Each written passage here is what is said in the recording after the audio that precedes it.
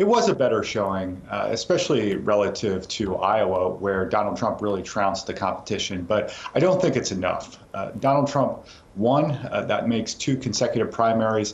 And I think he's really well on his way to taking the nomination. There's just too much momentum going in his direction. A lot of Republicans now are starting to coalesce around the former president.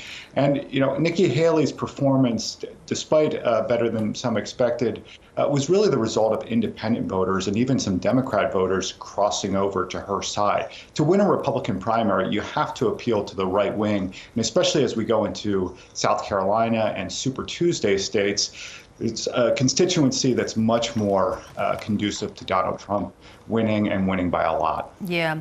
She probably is going to want to hang on, though, for South Carolina, given she was governor there, and she is perhaps hoping that people will come out for her. Do you think that's as far as she might be able to go? I think that South Carolina is going to be Haley's last stand. There is some sense that maybe she could do okay there. But if you look at the polls, Donald Trump really has a commanding lead. South Carolina is Trump territory. I think one thing that Nikki Haley might be doing is just trying to stay on to see if Donald Trump's legal challenges catch up with him.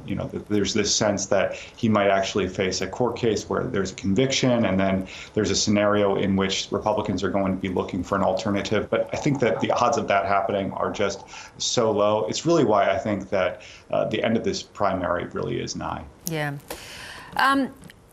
Can you break down the turnout for us to give us a sense of how deep the support for a second Trump term is, or whether these are just very locked-on Trump supporters turning out for these caucuses? Well, I still think that it's the case that about 50% of the Republican electorate supports Trump, and about 50% of the Republican electorate supports some other candidate. And as we've seen, however, as these other Republicans have dropped out, Vivek Ramaswamy and Ron DeSantis, Donald Trump is collecting a large fragment of those constituents. In large part simply because they see the writing on the wall, they see the momentum, they have this sense that Trump is the inevitable candidate as he's been depicting himself since day one, and they want to get behind a winner. And so there are a lot of Republicans who have reluctance about Donald Trump. They think that he may not be particularly electable. They don't like his tweets and they don't like his character, but they like the policies that he's putting forth, and they like the fact that he's fighting for them. I think really Donald Trump's resonance with the GOP electorate is this brand of grievance politics, where he's essentially suggesting that, I'm under attack from Democrats, I'm under attack from the left, I'm under attack from the justice system, and by extension, you're under attack. And that really has had a lot of appeal among the right wing. Yeah, even if, there's plenty of examples to point to the fact that that's not necessarily the case. Do you think it's true? I mean, Biden obviously is quite, is trailing in the polls. People seem to be dissatisfied with his performance on many levels, and he's grappling with quite problematic issues at the moment. Is it the case, though, that a lot of Americans haven't really even turned their attention yet to the November election? Well, I think a lot of Americans haven't turned their attention, but a lot of Americans have just made up their mind. And I really think that 2024 is going to be a referendum on Donald Trump specifically. Typically, when we have an incumbent president, it's a referendum on, are you better off today than you were 4 years ago? But in this case, Donald Trump is such a polarizing figure that Americans have really made up their mind whether they like him or not.